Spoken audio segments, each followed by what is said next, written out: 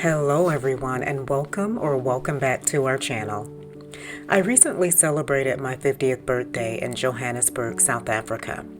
And because 50 is such an amazing milestone, I really wanted to bring it in with the bang. And what better way to do that than watching the sunrise with my sweetheart from a hot air balloon. Comment down below if you've ever been on a hot air balloon.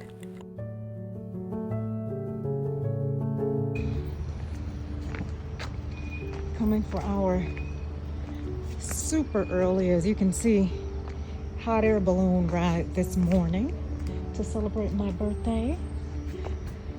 Happy birthday to you. Happy birthday to you.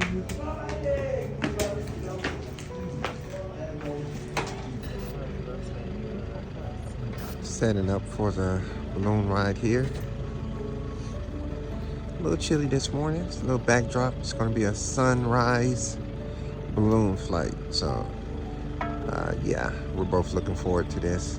Wanted to say happy birthday to my beautiful wife, Veronica. Happy birthday. Swing around to her real quick. Happy birthday, sweetheart. Thank you, baby.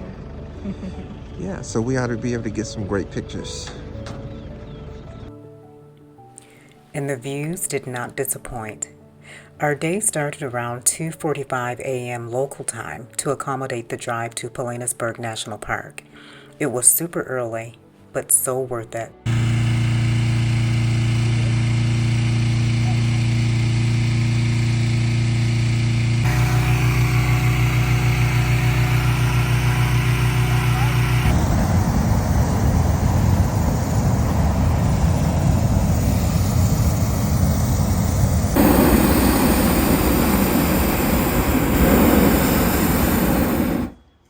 Alright guys, so let's get you loaded in.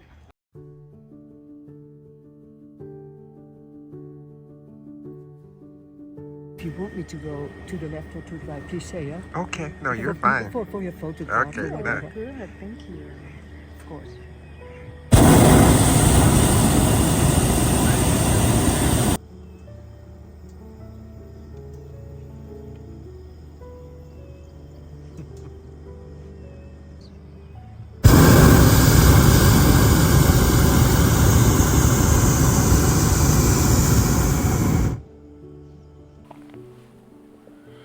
I truly can't think of a better way to have started my birthday.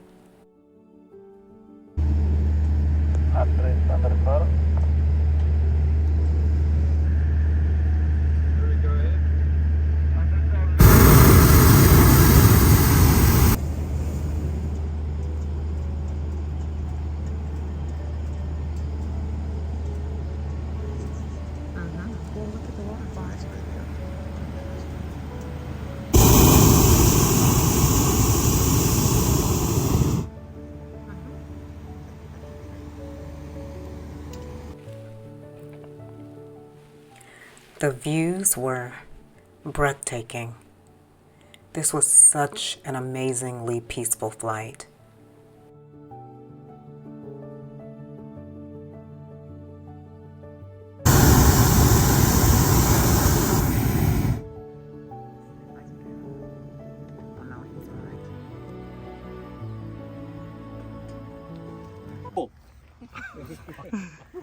So it started in 1783 when the first hot air balloon was built actually in Paris in France. And King Louis XVI was the king at that point in time, and he was married to Marie Antoinette at that point in time before they signed off the guillotine that also beheaded him and Marie Antoinette before. And the guys that built the balloon owned a paper factory, and there was two brothers called the Montgomery brothers, and they built a box and held it over a fire in a park, and this thing heated up like a Chinese lantern and it started flying off. And there was guys doing studies on aeronautical studies that's got to do with air, and they looked up one day and they saw this box fly over their heads, and they're like, they've got to find whoever built this thing.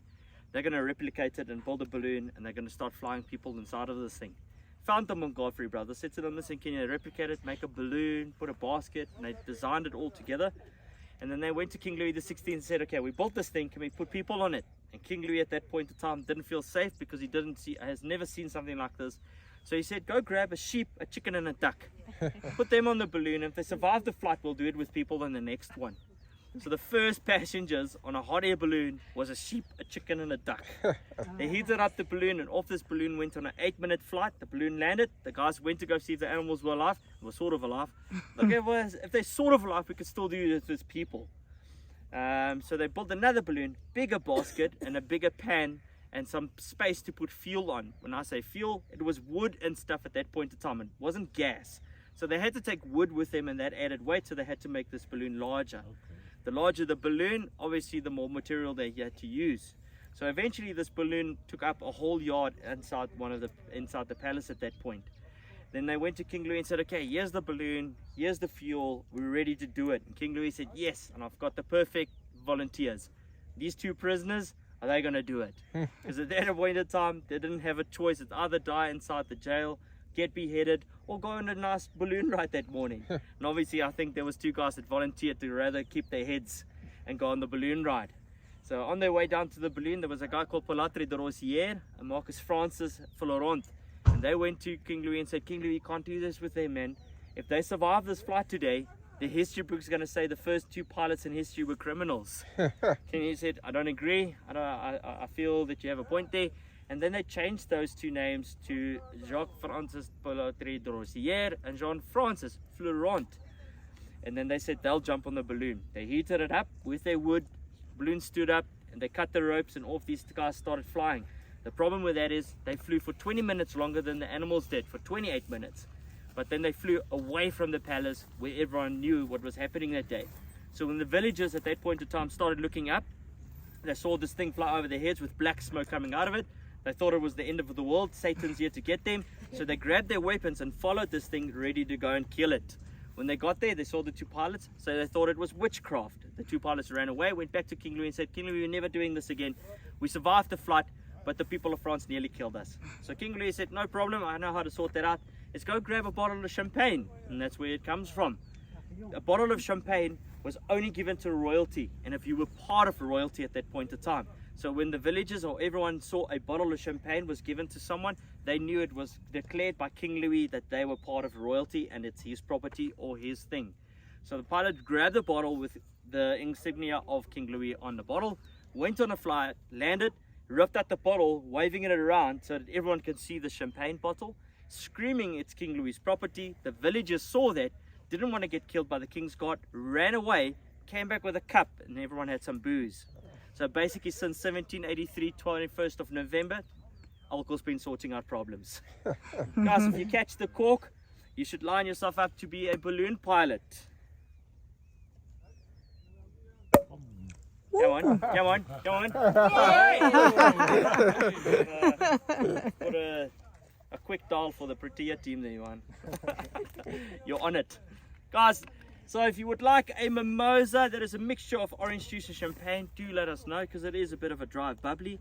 Or if you want just straight unleaded champagne, you're welcome to. Or the strongest option I have this morning, orange juice. Let us know what you like. We'll start with the ladies and we'll end with the gents. What a bit. A little history there on the origination of the hot air balloon. Thank you so much for joining us today. If you enjoyed this content, please take a moment to like, comment, share, and subscribe. We have lots of amazing content in store, and we truly appreciate your support. Bye for now.